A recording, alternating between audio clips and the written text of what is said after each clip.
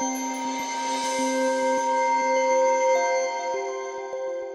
can we as citizens have a greater impact on society? And in particular, how can we instill a culture of civic impact? There's a lot of talk about entrepreneurship nowadays. How can we turn society into an entrepreneurial community? Well, I'm much more interested in making or promoting an entrepreneurial spirit or mindset that has an impact on society through civic action.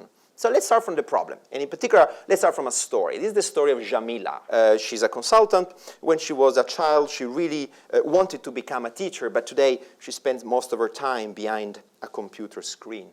Then we have Jeff. Jeff is an engineer. He just retired from government. He had a very brilliant, successful career, but now he's pretty bored and he doesn't know what to do.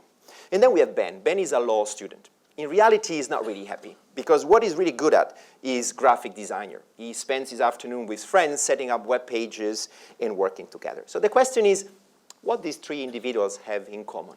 Very simple. They are very accomplished individuals who have much more to give to society than what society enables them to actually offer. And the question, slightly unsettling and provocative, is how many of you feel the same?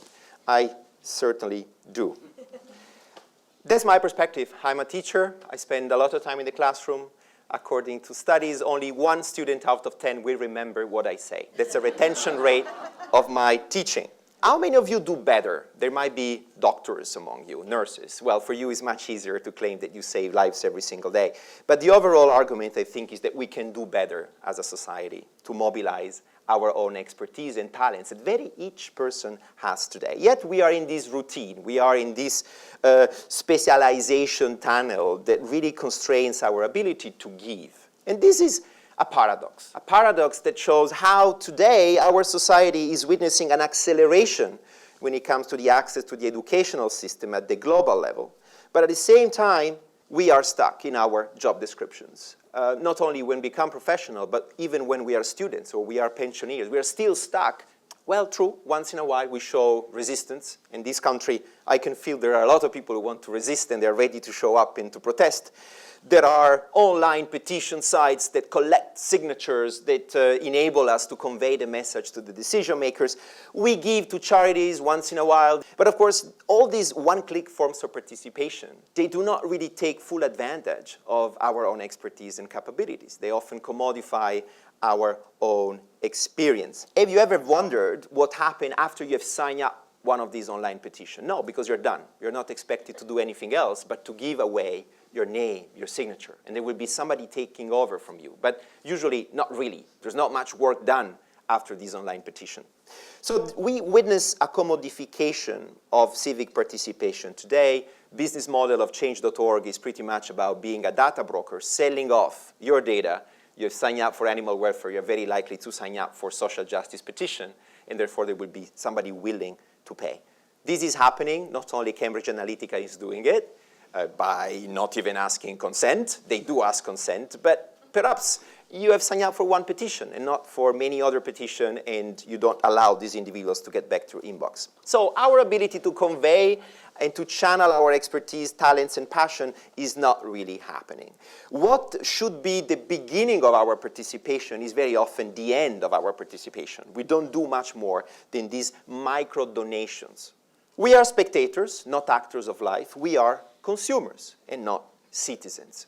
How can we fix that? First of all, by realizing that we are spectators and not actors, that we are consumers and not citizens. But second is to find a solution. And as you all know, you can vote. Express your preference for a political party by hoping that under the paradigm of representative democracy, those individuals are going to deliver on those promises. And then, if you really like what you've done, you might confirm them into office or to vote for their opponent. But we all know from political science literature that's not the way in which we behave as electors. We vote on the basis of identity, on allegiance we have vis-a-vis a particular system. These are the major drivers of our voting behavior.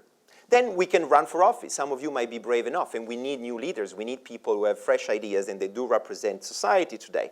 But overall, we feel that voting might be too little, whereas running for office might be too much and too cumbersome and too overwhelming in terms of trade-off between personal and professional life. And that's probably the space that will occupy and keep busy political theorists, but also society, and in particular political parties. How we can connect the elected with the voters, how the voters can have a participation channel in between elections, because this is the empty space. We do not communicate with our elected. Sometimes we don't even know their identity. My claim is that there's a third option. You should not only vote, sometimes run for office, why not, but you should also lobbying. And lobbying is exactly this red flash. Somebody that allow you to speak on a permanent basis with your elected by voicing your concerns. Well, this is something that corporations have been doing by monopolizing the process, to the point that lobbying is almost a bad word. It carries a very negative connotation. But why don't we demystify lobbying, and why we don't democratizing it by allowing citizens to actually doing it? Lobbying today is no longer a prerogative of big corporations and organized interest. It's something that everybody can do by mobilizing his own expertise, channels, friendship, and networks, and by using social networks in a way that is probably more meaningful than the 14 hours per week that we as a society give to those platforms. There is momentum for, let's say, deviating our efforts on social media or on mall shopping towards a more meaningful way of engaging. And the other good news is that we are not the elite. The people who engage in the policy process are the elite. We are not the elite. We live in wealthy societies. We have time, and in the future we're going to have more time because of automation and robotization. So we have time, we have the ability to actually do more than what we do.